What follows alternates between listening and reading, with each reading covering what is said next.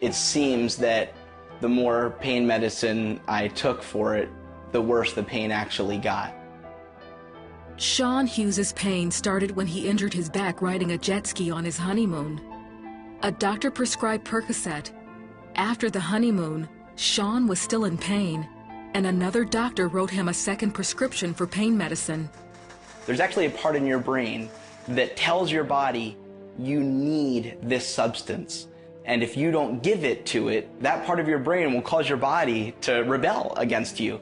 After taking that many pills, Sean started having anxiety attacks. It's very normal to have anxiety attacks when you're a pain patient because you begin to live in fear that you're going to always suffer this pain. Instead of weaning Sean off the medicines, doctors added Xanax, a drug more addictive than the pain meds he was taking.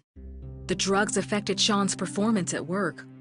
I would be so medicated that I would turn around to write on the board and start to actually go to sleep and just stand there. So it was obvious something was wrong.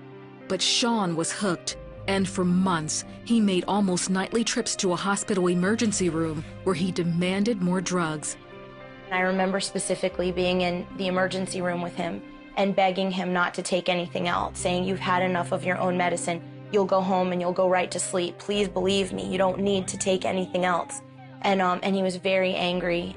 It became a battle between her and I, her trying to tell me and tell my doctors and tell the nurses, tell everyone that I should not take these medicines, and me literally being scared to death that someone might listen to her and take them away from me. Sean ended up in the hospital psych ward 5 times.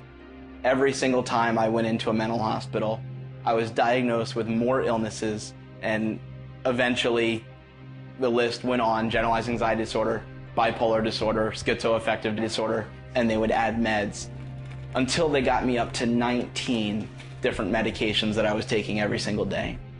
Sean began to look at death as a welcome option from the torment that his life had become.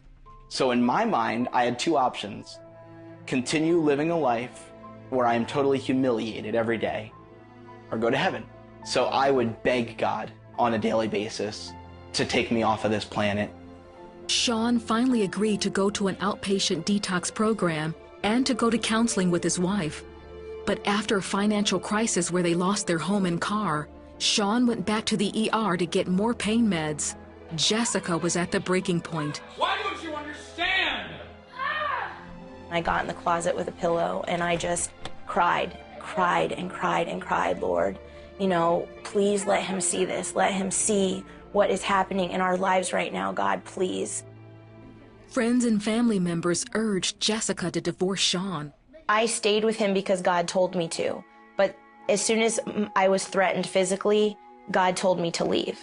And not divorce, but God made it clear to me that I needed to go and seek safety. And I just felt like God gave me a glimpse that if I just hung in there and I just prayed fervently, that God was going to deliver him. In May of 2002, Sean was dying from the interaction of all the drugs in his system. He went into a 6-hour-long seizure at the hospital that temporarily blinded him. I had the feeling of, I am dying, and I am going to hell, and it is too late. There is nothing that can be done about it now. Doctors called Jessica to the hospital, convinced that Sean was dying. He's screaming and he's seizuring, and it was pretty traumatic just to see what was happening to him. It just looked like a person completely battling demons that had been hanging over him for quite a while, and all we could do was just stand by and pray for him and just pray for healing. Sean made it through the night. He began to talk to God about his life.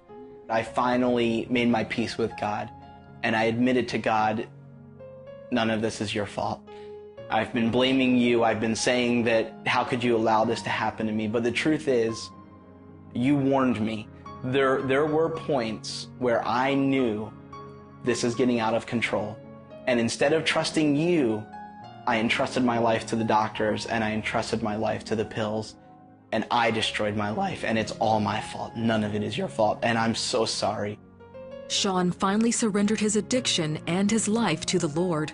The transformation that God made in my life starting that day, now it was nowhere near complete that day, but starting that day over the next several years, eventually it became very obvious to me that a miracle happened that day called the new birth.